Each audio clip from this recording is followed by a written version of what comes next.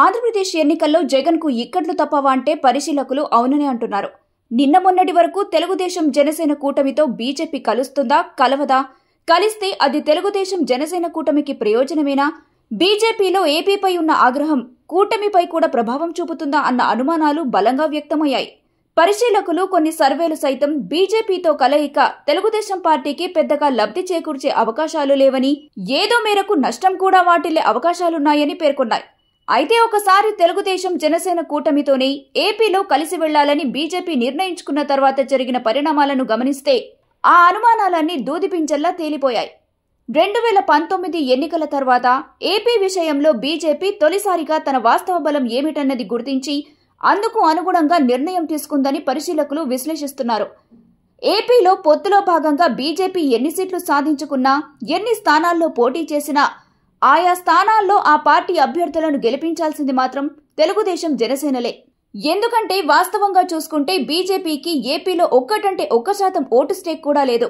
ఇంకా clear cut గా చెప్పాలంటే ఆ పార్టీకి బలమైన అభ్యర్థులు లేరు. పోటీ చేసే స్థానాల్లో బూతు ఏజెంట్లు కూడా దొరకని పరిస్థితి.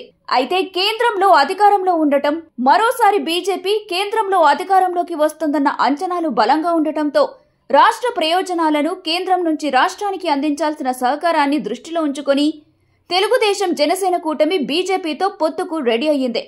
ఆ పార్టీ పొత్తు విషయంలో నిర్ణయం తీసుకునే వరకు వేచి చూసింది.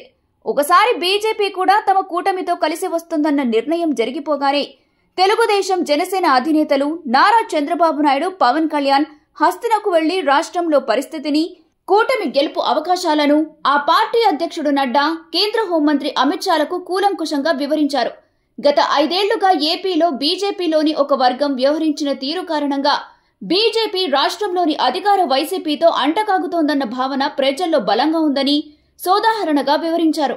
ఆ కారణంగా ప్రజల్లో బలంగా ఉన్న ప్రభుత్వ వ్యతిరేకత అంతే బలంగా బీజేపీపై ప్రతికూల ప్రభావం చూపుతుందని ఆ పార్టీ అగ్రనేతలకు అర్థమయ్యేలా వివరించగలిగారు. ఆ కారణంగానే బీజేపీ పెద్దలు ఏపీతో పొత్తుల విషయంలో తెలుగుదేశం జనసేన కూటముల అభిప్రాయాలకే అధిక ప్రాధాన్యత ఇచ్చింది. ఈ పొత్తు కారణంగానే కనీసం 1% ఓటు కూడా లేని కమలం పార్టీకి ఏవో కొన్ని అసెంబ్లీ, లోక్సభ స్థానాలు దక్కనున్నాయన్న సంగతి బీజేపీ పెద్దలకు స్పష్టంగా తెలుసు. అలా కాకుండా అధికార పార్టీతోనే అంటకాగుతున్నామన్న భావన కలిగేలా కూటమితో కలవకపోయినా, అధిక స్థానాలు డిమాండ్ చేసి పొత్తు పొసగకపోవడానికి కారణమైన ఏపీలో కనీస ప్రాతినిధ్యం కూడా ఉండే అవకాశం లేదని బీజేపీ అగ్రనాయకత్వానికి స్పష్టంగా తెలుసు. ఆ విషయాన్ని పరిగణలోకి తీసుకునే పొత్తు విషయంలో ఆ పార్టీ రాష్ట్ర నాయకులు కొందరు చేసిన అతి ప్రకటనలను పూర్తిగా పక్కన పెట్టేయడమే కాకుండా పొత్తులో భాగంగా తమకు వచ్చిన స్థానాల్లో కూడా తెలుగుదేశం జనసేనలకు ఆమోదయోగ్యమైన అభ్యర్థులనే నిలపడానికి కూడా బీజేపీ అగ్రనాయకత్వం అంగీకరించడమే ఆ పార్టీ వాస్తవిక పరిస్థితులను గ్రహించే పొత్తుకు ముందుకు వచ్చిందన్న సంగతి స్పష్టంగా అవగతమవుతుంది.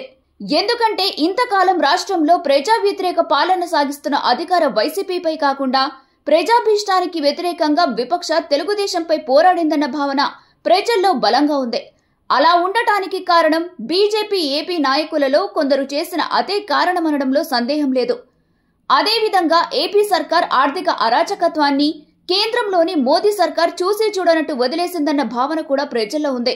జగన్ సర్పంచ్లకు తెలియకుండానే పంచాయతీరాజ్ నిధులను డ్రా చేసుకుని ఇతర అవసరాలకు వాడేయటం వంటి వ్యవహారాలను కేంద్రం సీరియస్ గా తీసుకోకపోవడంతో జనంలో కేంద్రంలోని బీజేపీ సర్కార్ జగన్ ప్రభుత్వానికి వెన్నుతన్నుగా నిలుస్తోందన్న భావన ఏర్పడింది. ఏపీ విషయంలో నాన్ సీరియస్ గా వ్యవహరించడం వల్ల జరిగిన నష్టాన్ని గ్రహించిన బీజేపీ అగ్రనాయకత్వం ఇప్పుడు పొరపాట్లను సవరించుకొని రాష్ట్ర పార్టీలో వైసీపీ అనుకూల శక్తుల పట్ల సీరియస్ గా దృష్టి పెట్టింది. అందుకే ఏపీ బీజేపీలోని వైసీపీ అనుకూల నేతలకు పోటీ చేసే అవకాశం ఇవ్వవద్దన్న తెలుగుదేశం జనసేన కూటమి షరతుకు అంగీకరించింది. ఈ నేపథ్యంలోనే పార్టీలో వైసీపీ అనుకూల నేతలుగా ముద్రపడిన సోము వీర్రాజు, జీవీఎల్ సహా ఎవరికీ వచ్చే ఎన్నికల్లో పోటీకి అవకాశం ఉండదని బీజేపీ అగ్రనాయకత్వం చంద్రబాబు, పవన్ కళ్యాణ్లకు స్పష్టం చేసినట్లు బీజేపీ వర్గాల ద్వారా తెలుస్తోంది.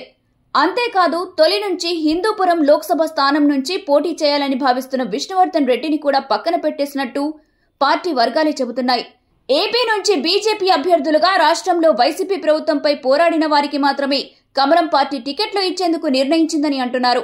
బీజేపీ అభ్యర్థులుగా తాము ఎవరికి టికెట్ ఇచ్చినా వారు గెలవాల్సింది మాత్రం తెలుగుదేశం జనసేన ఓట్లతోనే అన్న వాస్తవాన్ని గుర్తెరిగిన కమలనాథులు ఆ రెండు పార్టీలకు ఆమోదయోగ్యమైన అభ్యర్థులనే బరిలోకి దింపాలన్న నిర్ణయానికి వచ్చిందని అంటున్నారు.